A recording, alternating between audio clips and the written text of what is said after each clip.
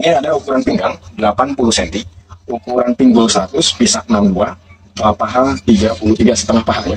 Setengah lutut 25, setengah lingkar bawah 20, panjang 100 cm. Dalam beberapa episode saya menggunakan penggaris lengkung untuk penggunaan pada saat di garis pinggang ya, di garis pinggang. Nah, ada juga yang menggunakan penggaris lurus. Kita sesuaikan dengan harganya saja teman-teman. Harga semakin mahal kita buat semakin detail, kualitas memakai harga lah ya. Dan kebiasaan saya khusus untuk seragam ini, pada saat memotong itu tidak kita balik teman-teman. Jadi ini adalah bagian luar kain, biasanya kan dibalikkan dahulu, kalau ini tidak. Jadi langsung saja disesuai lipatan. Satu orang dapat 2 setel, jadi kita langsung 2 kain. Ini 1, ini 2 ya. Ini untuk garis pinggang. Saya buat siku karena nanti untuk pembuatan polanya akan saya miringkan teman-teman. Dimiringkan kainnya supaya irit. Balik lagi ini permasalahan harganya ya. Permasalahan harga, kualitas, harga mengikuti kualitas, kualitas mengikuti harga. Untuk berhemat saya akan miringkan sekali teman-teman. Tetapi ini tidak boleh dicoba bagi teman-teman yang tidak biasa ya. Karena nanti pada saat pola itu dimiringkan, nanti saya jelaskan cara menjahitnya itu beda, cara menjahitnya beda. Kalau teman-teman tidak terbiasa, nanti malah muntir gitu pada saat dipakai. Biasanya kan di bagian depan celana itu ada garis gosokan. Nah, garis gosokan itu bisa muntir kalau teman-teman tidak bisa memotong atau menjahitnya. Oke. Ini adalah garis pinggang, teman-teman. Garis pinggang kelihatan ya, kelihatan. Boleh di komen kelihatan atau suaranya gimana? Boleh di komen, teman-teman. Ini adalah garis pinggang. Lalu saya langsung menuju ke panjang celana. Panjang celana saya mulai dari angka 3,5 di sini ya, 3,5 menuju ke bawah. Panjang celananya 101 di sini, 101. Langsung kita akan mencari posisi garis paha. Garis paha itu berasal dari lingkar pisak. Lingkar pisaknya di sini 62 cm. Sini kita balikan seperti ini teman-teman, menjadi 24,5. Saya akan kurangi 1,5 in menjadi 23 in. Yang akan saya anggap itu adalah angka senti teman-teman. Kenapa dikurangi 1,5 in? Ada yang dikurangi 1,5, ada yang dikurangi 1 in. Kita mulai lagi dari sini 3,5 cm menuju ke angka 23 di sini teman-teman. Ini adalah batas garis paha ya. Lalu di batas garis paha kita tempelkan angka 8 cm teman-teman, menuju ke bawah menjadi 86.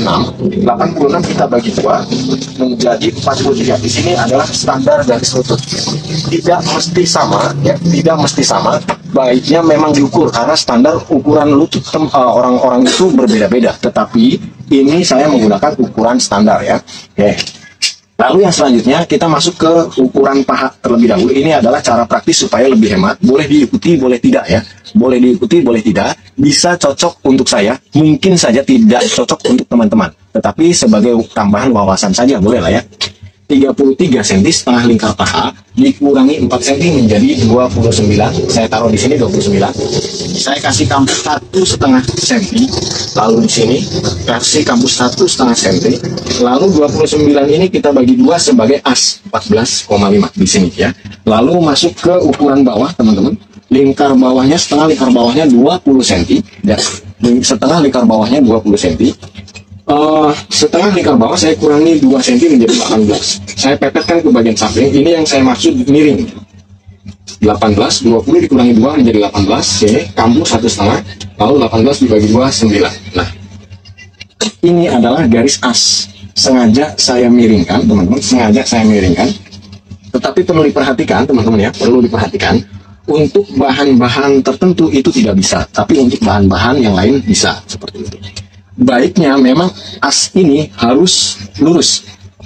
Contoh misalkan di sini jaraknya dari tepi kain 16,5, maka di bagian bawah pun harus 16,5. Baiknya ya, baiknya, idealnya seperti itu. Lalu kita cek lagi tadi 23 cm untuk garis paha di sini ya.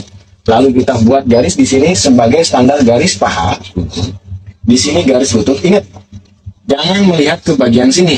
Yang dilihat itu bagian sini ya. Karena di sini otomatis miring karena memang polanya kita miringkan.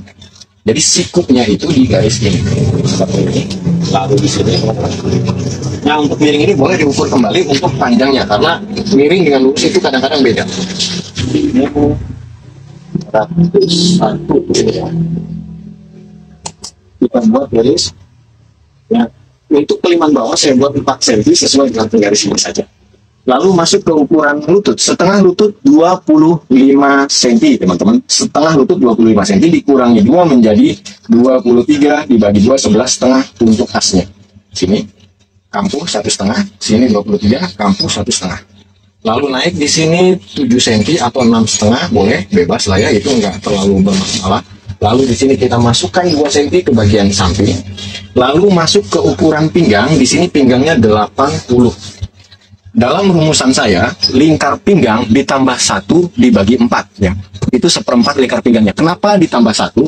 Karena ada slip kancing hak ya. Kancing hak pada saat dikancingkan dia numpang 0,5 cm, dan pada bagian belakang pinggang itu dimiringkan saat menjahitnya. Ban pinggangnya itu sedikit dimiringkan. Jadi penambahan 1 cm itu dari situ. Artinya di bagian sini ya, di bagian sini itu lingkar pinggang bersatu, tetapi di bagian atas ban pinggangnya itu tidak ada penambahan, tetap 80 cm. Untuk mempermudahnya, karena 80 dibagi 4 itu 20 cm, 20 cm saya taruh di badan depan, 20,5 saya taruh di badan belakang. Untuk mempermudah, jadi tidak menggunakan 20,25, 20,25 itu agak ribet, jadi dipermudah saja. Biasanya saat membuat pembagian ini, badan belakang yang saya lebihkan lebih besar ya.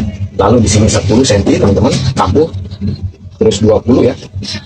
Terus dari sini jaraknya 4 cm untuk saku ya, 4 cm untuk saku ya. Lalu kita garis teman-teman, perhatikan cara menggarisnya. Ini adalah garis gunting, ini adalah garis jahit ya. Oke. Ini garis gunting, lalu ke sini garis jahit, lalu di sini garis gunting, lalu ke sini karena ini dominan lurus, jadi saya menggunakan penggaris lurus saja ya, tidak menggunakan penggaris lengkung pada bagian paha ke lututnya. Lalu di sini, nah untuk bagian ini saya biasanya menggunakan 3,5 sampai 4 cm seperti ini. Nah, lalu di sini untuk kampuhnya teman-teman. Setelah itu menggunakan penggaris lengkung pada bagian sini, cari yang paling langsam garisnya ya. Jadi dari bawah ke sini itu tidak terlalu patah atau tidak terlalu menggulung, cari yang paling manis. Nah, sini.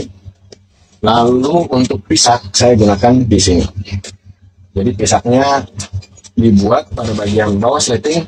Untuk kampuh pada bagian sini dibuat lebih kecil, 1 cm, di bawah 1 cm, bahkan ya di bawah 1 cm. Oke. Lalu untuk saku, karena ini modelnya saku miring dan setiap saku miring saya tidak lengkungkan teman-teman. Ada bagian teman-teman yang lain menggunakan penggaris lengkung seperti ini ada. Kalau saya tidak, hanya menggunakan penggaris lurus. Untuk ukuran lingkar pinggang di bawah 90 cm saya gunakan dari sini ke sini itu 17,5. Kasih tanda, lalu di sini tandanya 16, berarti lubang kancing, lubang sakunya adalah 16 cm. Jarak dari kampuh ke sini itu 1,5 cm teman-teman ya. Lalu kita garis di sini. Ini sebagai tanda buat list. Nah seperti ini teman-teman untuk badan depan. Ini pola sangat saya miringkan teman-teman, pola sangat saya miringkan untuk berhemat karena menyesuaikan dengan harga ya, menyesuaikan dengan harga. Hal ini tidak berlaku untuk kain yang kotak-kotak ya, sangat tidak berlaku untuk kain yang kotak-kotak. Dan untuk jenis kain yang normal seperti ini pun saya tidak sarankan buat teman-teman untuk menggunakan dimiringkan seperti ini, karena nanti salah-salah ketika salah satu bagian itu ada yang lentur, karena ini kan ini lurus nih, di bagian samping ini lurus, artinya dia tidak elastis, tetapi nanti dia akan ketemu pada bagian badan belakang yang lengkung, yang elastis. Nah disitulah perannya tukang jahit, bagaimana cara menyikapi supaya tidak muntir pada saat hasil jahitannya ya. Oke. Lalu kita gunting teman-teman, 9 kalinya dulu kita ambil ya. Boleh dibantu di share-share teman-teman ya. Ya saya yang mau bertanya, tanyakan saja dulu ya. Nanti selepas membuat ini saya akan buka komentarnya ya. Jika konten ini bermanfaat, silahkan di komen. Jika dirasa tidak bermanfaat, tinggalkan saja teman-teman ya. Jangan buang-buang waktu teman-teman menyimak sesuatu yang dirasa oleh teman-teman itu tidak bermanfaat ya.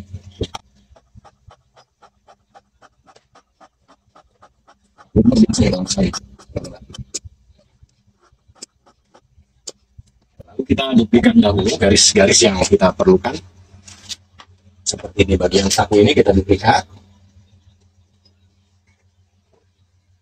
Yang dirasa perlu saja, kalau di bagian sini nggak usah diduplikat karena sudah tahu acuannya untuk kampuh 1,5, ini nggak perlu. Yang bagian sini yang perlu ya. Ini untuk batas saku, karena kadang-kadang dulu Saya pernah itu bikin saku miring seperti ini, yang sebelah berapa senti panjangnya, yang sebelahnya berapa senti, jadi beda karena tidak digaris. Kalau digaris seperti ini insya Allah tidak, jadi ada patokannya ya, patokan berhentinya. Ini untuk badan depan ya, ini untuk badan depan. Boleh di screenshot dulu jika ini diperlukan, teman-teman silahkan di screenshot dulu jika ini diperlukan. Setelah ini kita akan membahas ke badan belakang teman-teman ya. Oke ya, kita lanjutkan ke badan belakang.